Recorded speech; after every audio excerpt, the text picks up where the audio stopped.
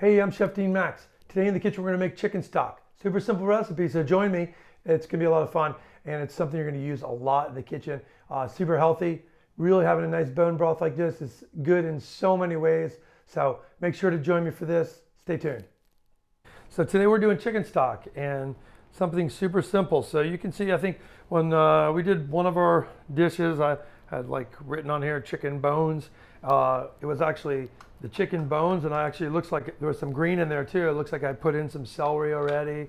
There was probably some mirepoix, whether there was onion that was left over from that. So I just kind of, it was frozen. So what I did was dry in there. It was frozen. I filled it with hot water just a second ago, and I just let that kind of steep for a second.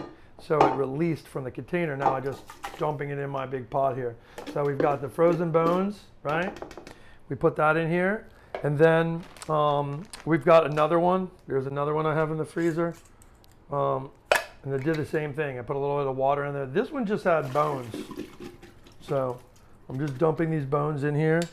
And they're gonna, sometimes when they're frozen like this, they don't want to come out very easily because they're stuck in there. But again, you could just put hot water in and use the hot water. We're gonna need a lot of water anyway, so if you put hot water in there and then it still doesn't come out, you can dump the hot water in here. Don't waste that, because when you put that water on there, all that flavor that's coming off of those bones, even when they're frozen like that, you still wanna put that in the soup or the stock. So dump that in here, then go fill it up with hot water again, and do that until it frees itself. Here's some bones I just had. I was doing a video on ramen, so hopefully you'll check that out. And these are the extra bones I had from a prepared chicken. The cool thing about making chicken stock with leftover chicken from the grocery store that's been already cooked is that when you make a stock from raw chicken, you get a lot of fat that comes off. And so you always want to kind of be skimming that off, especially if it's a thick layer of fat.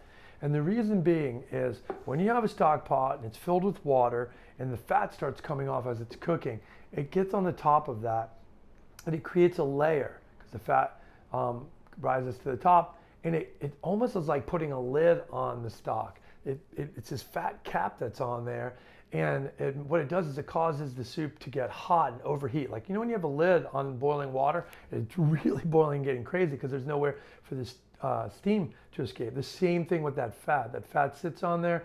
There's nowhere for the steam to escape, and it gets really, really hot and bubbles up and boils up. So it's always getting hot and then bubbles over and then stops. And what does that do to your stock? What it does is all that bubbling and non-bubbling action causes it to get cloudy. So you end up with a really dirty looking stock. It's really cloudy looking. So it's just not a great looking stock. So if your end goal is to make a beautiful like chicken broth with vegetables in it and things, you're not going to get that. So you always want to make a proper stock. If you're making it from raw chicken and you're putting your chicken in like this raw, then when you bring it up to a boil with a liquid, you're going to always want to skim that fat off, okay, and throw it away. If there's something you use chicken fat for, you can. Some people do use it for recipes. We're actually going to be using it for a recipe in the future, so you can stay tuned when we do we're doing some soups that we use the chicken fat to make the dumplings with. So with this one, because you have roasted chicken, that there's not that excess fat on the chicken. It's already been rendered off when they roasted it. So what you end up with is kind of this dark chicken stock that's got not a lot of fat on it. It's super easy to maintain. You don't even need to skim it. So all you need to do is fill this thing with water about an inch or so above where the chicken bones are, and then just put other aromatic vegetables in. So here I've got some carrots, and I don't even like really prep these. I just cut them in half like this, and I leave them whole. And the reason, it doesn't really matter. This thing is going to cook for so long, it's going to get all those flavors. Here's the end butt of a celery that I'm just throwing that in there. I'll just cut that in half too. Throw that in. This onion, the same thing. I don't even take the skin off of it. I'm just going to cut it in quarters like this and throw it in here, because this is going to cook for at least 8 to 10 hours. I like mine longer. Lets the juice of the bones come out. And here's the top of some celery that I had left over. You know, when you get your whole big celery and you cut off the top and you cut off the root, well, this is what you use that for. You can keep that frozen in the freezer too. And then I have a little baggie of, sometimes at the end, I get to the end of my garlic stuff where like the garlic, you know, I get a few garlic cloves where they're getting older, but I don't want to throw them away. I throw these kind of in the freezer too. and that kind of preserves them. And then I throw those in here too. Skin and all, garlic skin and all. So very low maintenance, right? What you're looking to do is put this in the stove. We're gonna bring this to a boil. Once it comes to a boil, we're gonna turn it down to a simmer.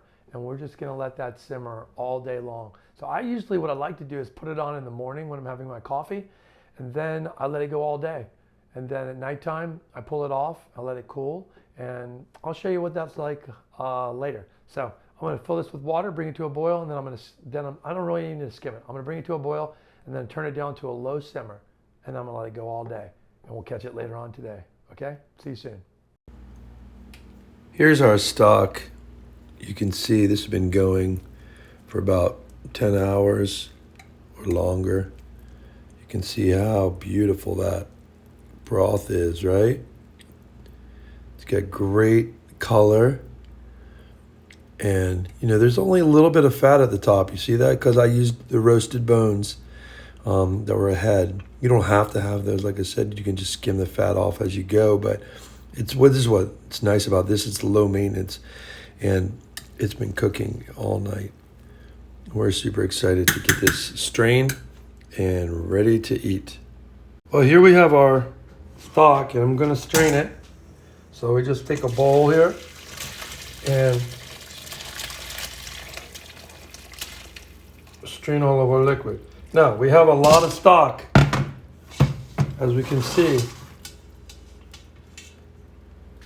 But what I can do is I'm going to take this stock and I'm going to strain this liquid out, and I'm going to clean my pot out after I get all the liquid out.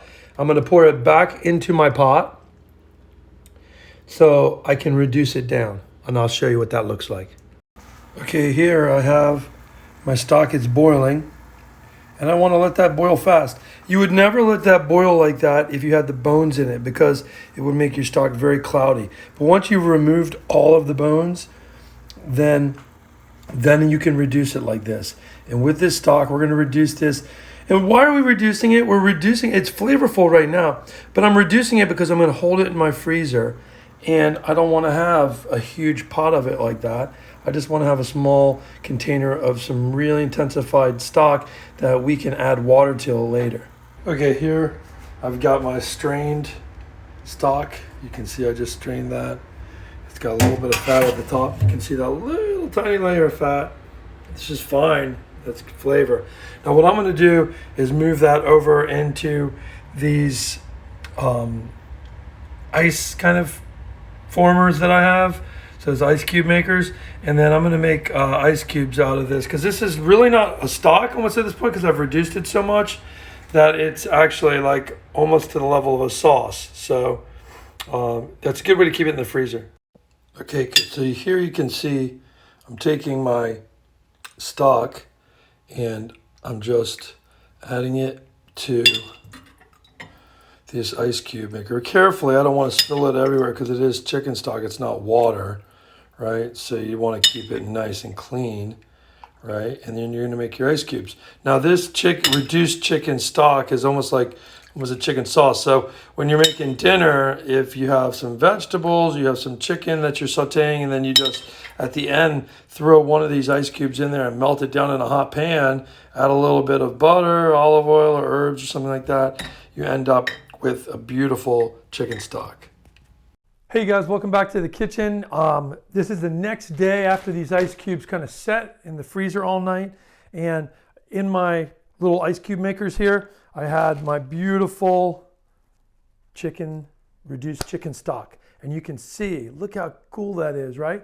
So you got the fat that's sitting on the top and the beautiful chicken sauce in the bottom, which is fat-free. So if you don't want any fat, you could just literally pull that all off and you'll have a really beautiful chicken stock ready to go. The beauty of this whole process is that I made this one time, and now I have enough chicken sauce here to do tons of dinners from scratch. So I know you guys are probably buying chicken stock and the little cube thing, so just save your extra chicken bones, throw them in the freezer, make this chicken stock, and put those cubes in there. Anytime you have a need for that. Whether you're making a soup and you want some chicken flavor in there, a vegetable soup, you can throw it in there. I think it's just a great basics to have around the house, and I hope you guys enjoyed it. So give me a thumbs up if you liked it. Click subscribe if you're not already doing so, and ring that bell, and I'll let you know what I have coming up next. Thanks for coming to the kitchen, and I'll see you soon.